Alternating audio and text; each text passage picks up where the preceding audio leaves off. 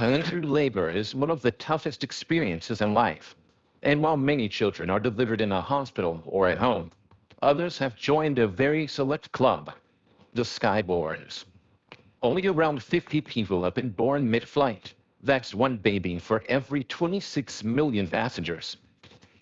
Needless to say, childbirth in a plane will be a challenge for the mom, the baby, and the whole crew. When should a pregnant person stop flying? How might landing the plane put you and the baby in danger? And what happens with the baby's citizenship? Step 1. Don't push it. A general rule of thumb is to not fly within 4 weeks of the due date. Some airlines won't allow traveling after 36 weeks of pregnancy. Others may ask for a note with a doctor's approval for flying. If you must fly, get a seat with room to stretch your legs and take walks to help with circulation. Drink lots of fluids. The low humidity in the plane can result in dehydration, which would be dangerous when you're in labor.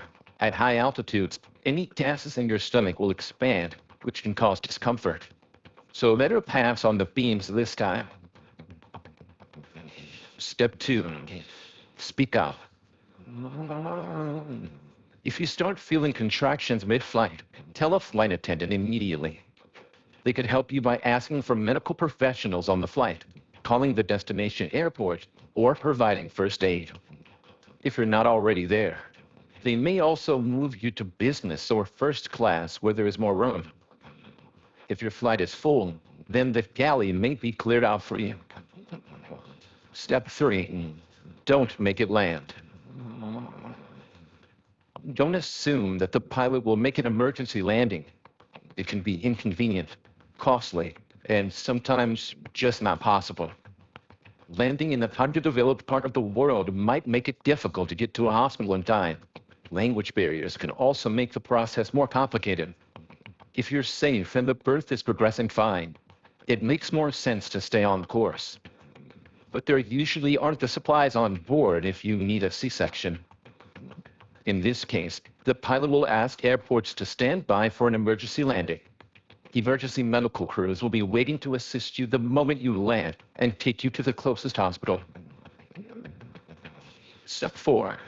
Make do with what you have.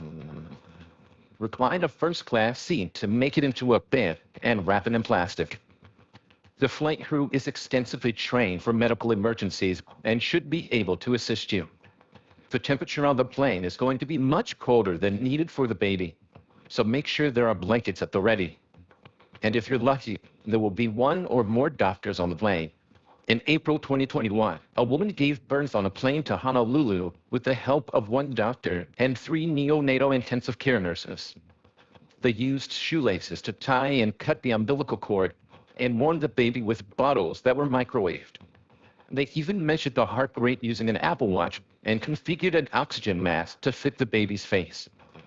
Step 5. Citizenship. You made it. Your baby is safe, and you're both stable. Now, let's figure out some legal issues. Any baby born in U.S. waters or airspace is granted U.S. citizenship. In most countries, the baby will adopt the citizenship of the mother. Others use the father's citizenship as the default.